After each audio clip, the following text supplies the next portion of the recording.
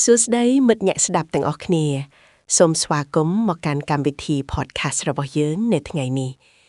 ខ្ញុំចង់នាំអ្នកទាំងអស់គ្នាដកដង្ហើមឲ្យវែងហើយអង្គុយចុះក្នុងកន្លែងដ៏ស្ងប់ស្ងាត់មួយដើម្បីនិយាយអំពីប្រធានបទដ៏សំខាន់មួយសម្រាប់ជីវិតរបស់យើងម្នាក់ៗ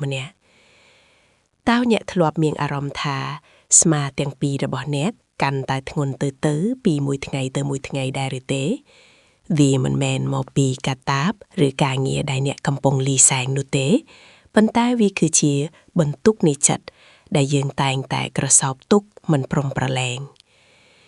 រឿងដំបូងគេបង្អស់ដែលយើងគួរតែរៀនលែងចិត្តដើម្បីសេចក្តីសុខគឺការលែងចោលនៅកំហុសក្នុងអតីតកាលយើងម្នាក់សុទ្ធតែធ្លាប់ខុសធ្លាប់ធ្វើរឿងដែលយើងស្ដាយក្រោយប៉ុន្តែ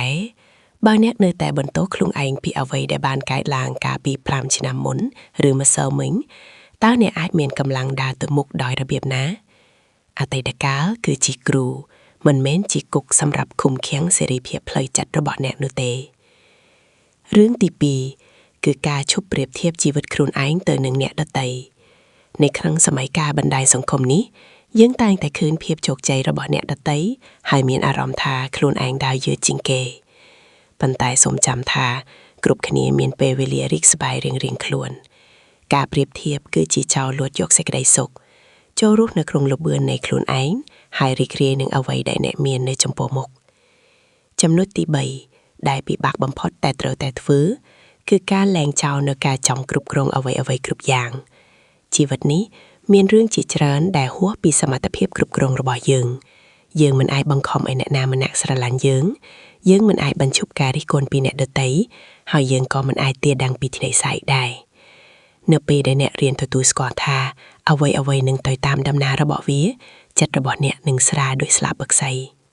រឿងមួយទៀតគឺការលែងចិត្តចង់ឲ្យអ្នករាល់គ្នាពេញចិត្តនឹងយើងអ្នកមិនមែនជាលុយដុល្លារដែលអាចឲ្យមនុស្សគ្រប់គ្នាក្នុងលោកស្រឡាញ់អ្នកបាននោះទេការព្យាយាមធ្វើខ្លួនឲ្យត្រូវចិត្តអ្នកដទៃគ្រប់ពេល